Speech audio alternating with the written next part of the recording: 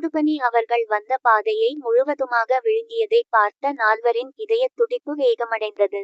இது சாதாரண விஷயம் இல்லடா என்று ஜெகன் நடுங்கிய குரலில் கூறினான். ஜாஃபர் தைரியத்தை வரவழைத்துக் கொண்டு அந்த சிறிய மரப்பெட்டியை எடுத்தான். பெட்டி மிகவும் பழையதாக இருந்தது. அதன் மேல் சிவப்பு நிறத்தில் ஒரு குறியீடு வரையப்பட்டிருந்தது. மெதுவாக அதை திறந்தனர். அதன் உள்ளே 4 பழைய புகைப்படங்கள் இருந்தன. ஒவ்வொரு புகைப்படத்திலும் அவர்களில் ஒருவர் மட்டும் இருந்தார். ஆனால் அதைவிட அதிர்ச்சியான விஷயம் என்னவென்றால், ஒவ்வொரு புகைப்படத்தின் பின்புறத்திலும் ஒரு தேதி மற்றும் ஒரு வாசகம் எழுதப்பட்டிருந்தது. ஜோசப்பின் புகைப்படத்தில் நட்பை விட பயத்தை தேர்ந்தெடுத்தவன். ஜெகனின் புகைப்படத்தில் உண்மையை மறைத்தவன். ஜாஃபரின் புகைப்படத்தில் வாக்குறுதியை உடைத்தவன். ஜுவியின் புகைப்படத்தில் அனைத்தையும் அறிந்தவள். நால்வரும் குழப்பத்துடன் ஒருவரை ஒருவர் பார்த்தனர்.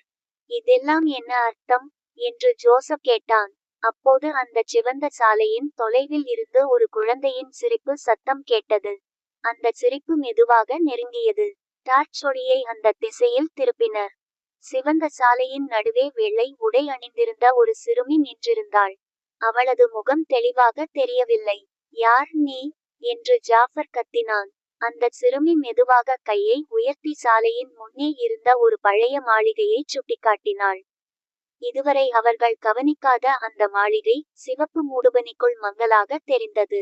பிறகு அவள் ஒரு வார்த்தை மட்டும் சொன்னாள். நினைவுகள். அதை கூறியவுடன் அவள் மறைந்துவிட்டாள். அவர்கள் நால்வரும் வேறு வழியின்றி அந்த மாளிகையை நோக்கி நடக்கத் தொடங்கினர். மாளிகையின் கதவு தானாகவே திறந்தது. உள்ளே சென்றதும் மைய மண்டபத்தில் ஒரு பெரிய கண்ணாடி இருந்தது. அந்த கண்ணாடியின் மேல் ரத்தம் போல சிவப்பாக ஒரு வாசகம் எழுதப்பட்டிருந்தது. 10 ஆண்டுகளுக்கு முன் இந்த சாலையில் என்ன நடந்தது? அந்த வாசகத்தை பார்த்த உடனே நால்வரின் முகமும் வெளிரி போனது. ஏனெனில் 10 ஆண்டுகளுக்கு முன்பு பள்ளி முடிந்த நாளில் இந்த காட்டு பகுதியில் நடந்த ஒரு விபத்தை அவர்கள் அனைவரும் நினைவு கூர்ந்தனர். அன்று ஒரு சிறுமி சாலையை கடக்கும்போது அவர்கள் பயணித்த வாகனத்தின் முன் விழுந்தாள்.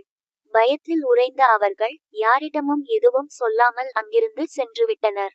அந்த சம்பவத்தை காலப்போக்கில் மறந்துவிட்டதாக நினைத்தனர். ஆனால் அந்த சிறுமியின் ஆவி மறக்கவில்லை. கண்ணாடியில் திடீரென்று அந்த சிறுமியின் உருவம் தோன்றியது. உங்களில் ஒருவர் மட்டுமல்ல, நீங்கள் நால்வரும் உண்மையை மறைத்த துரோகிகள் என்ற அவளது குரல் மாளிகை முழுவதும் எதிரொலித்தது. அடுத்த கணம் சிவந்த சாலை முழுவதும் அதிரத் தொடங்கியது. அவர்களின் கடந்த கால ரகசியம் வெளிப்பட்டுவிட்டது.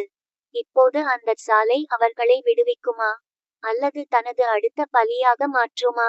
கண்ணாடியில் தோன்றிய அந்த சிறுமியின் உருவத்தை பார்த்த நால்வரும் அதிர்ச்சியில் உறைந்தனர். நீங்கள் நால்வரும் உண்மையை மறைத்த துரோகிகள் என்ற அவளது குரல் மாளிகை முழுவதும் எதிரொலித்தது. சிவந்த சாலை நடுங்கியது.